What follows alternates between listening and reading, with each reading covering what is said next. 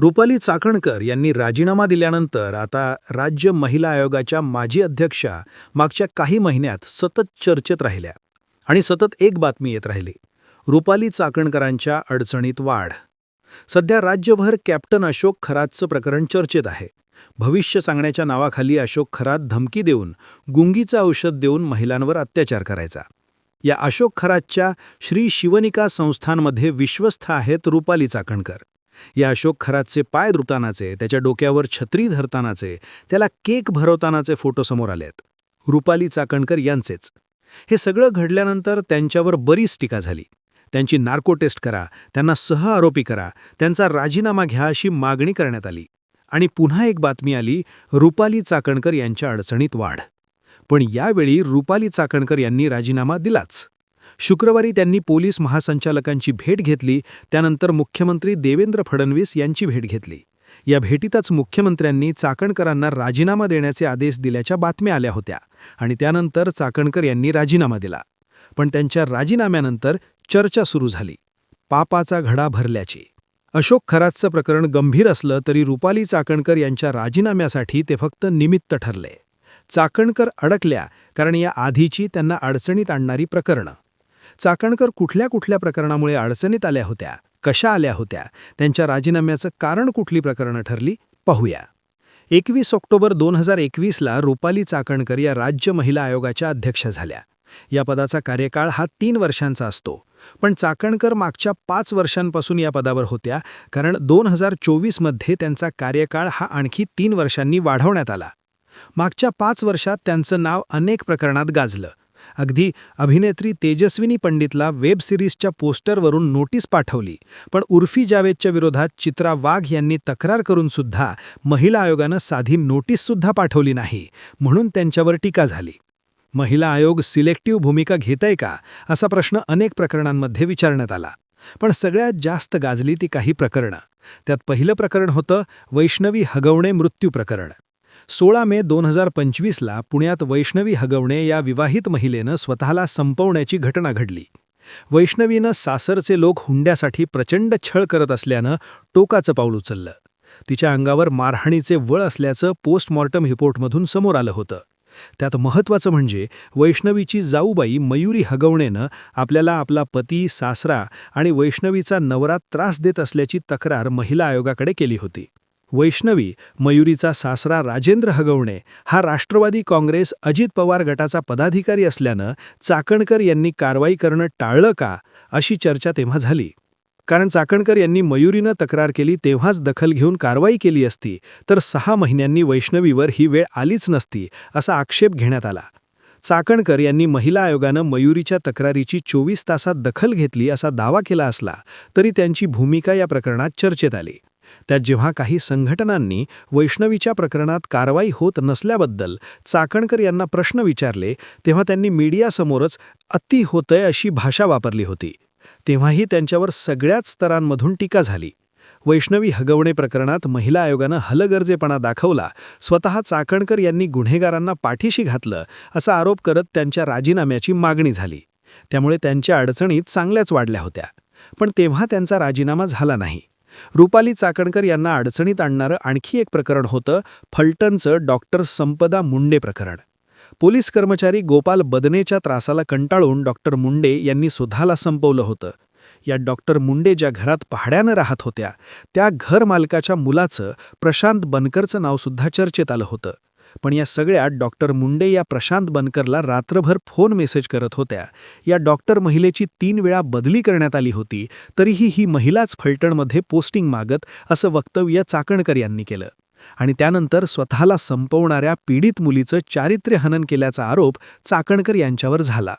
त्यात चाकणकरांनी संशयित आरोपीच्या घरी जाऊन त्याचं निवेदन घेतल्याची चर्चा झाली आणि त्यानंतर थेट तत्कालीन उपमुख्यमंत्री अजित पवार यांनी महिला आयोग महिलांच्या सुरक्षिततेसाठी आहे, त्यांनी प्रथम पीडित कुटुंबाला भेटायला हवं होतं असं म्हणत संताप व्यक्त केला होता. तेव्हाही रुपाली चाकणकर यांनी राजीनामा द्यावा या मागणीनं जोर धरला. अगदी त्यांच्या पक्षातल्या नेत्यांनी त्यांच्याच विरोधात आंदोलन केलं. पण तेव्हाही चाकणकरांचा राजीनामा झाला नाही. पुण्याच्या दीनानाथ मंगेशकर रुग्णालयात उपचार न मिळाल्यानं तनिषा भिसे या गर्भवती महिलेचा मृत्यू झाला होता. तेव्हा हॉस्पिटल प्रशासनावर टीका करण्यात आली. तेव्हा रुपाली चाकणकर यांनी हॉस्पिटलला आधी दोषी ठरवलं आणि नंतर अहवाल आल्यावर कारवाईबद्दल निर्णय घेऊ असं म्हणत हलगर्जेपणा केल्याची टीका झाली.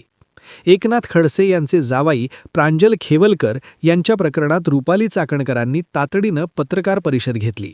खेवलकर यांच्यावर आरोप केले. तेव्हा राजकीय आरोप करण्यात चाकणकर आघाडीवर असतात, मग महिलांच्या प्रश्न सोडवण्यात का नाही अशी ही टीका झाली. त्यातही खेवलकर यांचं प्रकरण अंमली पदार्थांचं होतं, त्यातला महिलांचा अँगल नंतर समोर आला. तरीही महिला आयोगाच्या अध्यक्षांनी एवढी तत्परता कोणत्या हेतूनं दाखवली असे प्रश्न विचारले गेले. या सगळ्या प्रकरणांमुळे रुपाली चाकणकर अडचणीत असताना वारंवार त्यांच्या राजीनाम्याची मागणी झाली आणि यात भर पडली की कॅप्टन अशोक खरात प्रकरणामुळे. अशोक खरातला एका महिलेवर अत्याचार केल्याच्या प्रकरणात अटक झाली. त्यानंतर रुपाली चाकणकर यांचे खरातसोबतचे अनेक फोटो समोर आले. त्यात त्याच्या ट्रस्टवर रुपाली चाकणकर विश्वस्त असल्याचं समोर आलं. खरातच्या घरच्या कार्यक्रमांना त्यांची हजेरी असल्याचं स्पष्ट झालं. त्या खरातचे पाय धुत असताना, त्याच्या डोक्यावर छत्री घेऊन थांबलेल्या असतानाचे, त्याला केक भरवतानाचे फोटोही पुढे आले. विषय एवढ्यावरच थांबला नाही तर चाकणकर अशोक खरातची तुलना पांडुरंगाशी करत असल्याचा व्हिडिओ अंजली दमानिया यांनी समोर आणला. या सगळ्यावर चाकणकरांनी कॅप्टन खरात यांच्या वैयक्तिक आयुष्य किंवा त्यांच्यावर झालेल्या आरोपांबाबत मला कल्पना नाही. आता जे आरोप होत आहेत त्याबाबत पोलीस निष्पक्षपणे चौकशी करतील. पोलीस तपासावर माझा पूर्ण विश्वास आहे असं ट्विट केलं. पण 4 मार्च 2025ला खबरदार पुढारी या दैनिकानं भोंडू कॅप्टन बाबाची पोलखोल करणारी बातमी प्रसिद्ध केली होती. याबाबत जाब आणि पुरावे विचारणारा पाठपुरावा चाकणकरांनी केला. राज्य महिला आयोगाच्या माध्यमातून केला. त्यांना उत्तर देणाऱ्या दैनिकाचं पत्र व्हायरल झालं. त्यामुळे भोंडू कॅप्टनच्या भूलथापांना महिला बळी पडत असताना, महिलांवर अत्याचार होत असतानाही अनेक वर्तमानपत्र सत्य समोर आणण्याचा प्रयत्न करत होती. तेव्हा चाकणकरांनी महिला आयोगाच्या अध्यक्ष असतानाही वर्तमानपत्रावर आणि बातमीदारावर दबाव आणला का असा प्रश्न उपस्थित झाला. साहजिकच त्यांच्या अडचणी वाढल्या. त्यात या प्रकरणात सुषमा अंधारे यांनी चाकणकर या खरातच्या मदतीनं तंत्रमंत्र विद्या करत होत्या. त्यांनी सोमावती अमावस्येला आपलं बोट कापून रक्त अर्पण करत पूजा केली होती असे गंभीर आरोप केले. राष्ट्रवादी काँग्रेस पक्षाकडूनही खरात प्रकरणात ज्यांची नावं आहेत त्यांच्यावर पक्ष कारवाई करणार असल्याचं सांगण्यात आलं. थोडक्यात वर्षभरापूर्वी मार्च महिन्यात खरातचा चेहरा समोर आला असता तर कित्येक महिला त्याच्या तावडीतून वाचल्या असत्या. पण चाकणकरांनी कारवाई होऊ दिली नाही, त्यांनी दबाव टाकला असा आरोप होत असल्यानं त्यांच्या अडचणी वाढल्या होत्या. त्यांनी पोलीस महासंचालक सदानंद दाते यांची भेट घेऊन खरातवर कठोरात कठोर कारवाई करण्याची मागणी करणारं पत्र महिला आयोगाच्या वतीनं दिलं. तरीही त्यांच्या राजीनाम्याची मागणी थांबली नव्हती. मुळात चाकणकर आमदार नाहीत, खासदार नाहीत, त्यांच्याकडे जबाबदारी होती ती महिला आयोगाच्या अध्यक्षपदाची. पण आत्तापर्यंत पीडित महिलांना वाचवण्याऐवजी त्यांचं नाव हे आरोपींना वाचवण्याच्या हलगर्जेपणाच्या आरोपांमुळे चर्चेत आलं होतं.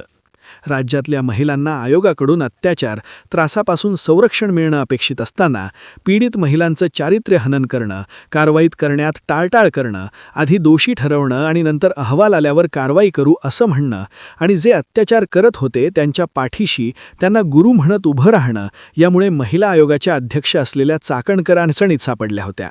आणि आता जो अशोक खरात आपल्या ऑफिसमध्ये बोलवून महिलांवर अत्याचार करत होता, त्याच अशोक खरात विरुद्ध बोलणाऱ्या वृत्तपत्राचा आवाज दाबल्यानं चाकणकरांना सहआरोपी करण्याची मागणी झाली. फक्त कॅप्टन अशोक खरात प्रकरणच नाही तर आत्तापर्यंत समोर आलेल्या प्रकरणांमुळे एक न धडा भाराभर चिंध्या अशी चाकणकरांची परिस्थिती झाली. आणि शेवटी रुपाली चाकणकर यांचा राजीनामा झालाच. अशोक खरातचं प्रकरण निमित्त ठरलं, पण पापाचा घडा भरत गेला तो आत्तापर्यंतच्या या प्रकरणांमुळेच. तुमचं मत काय आहे हे मला कमेंटमध्ये नक्की सांगा आणि अशाच राजकीय घडामोडी जाणून घेण्यासाठी आपल्या सत्यवाणी न्यूज या चॅनलला सबस्क्राईब करा. धन्यवाद.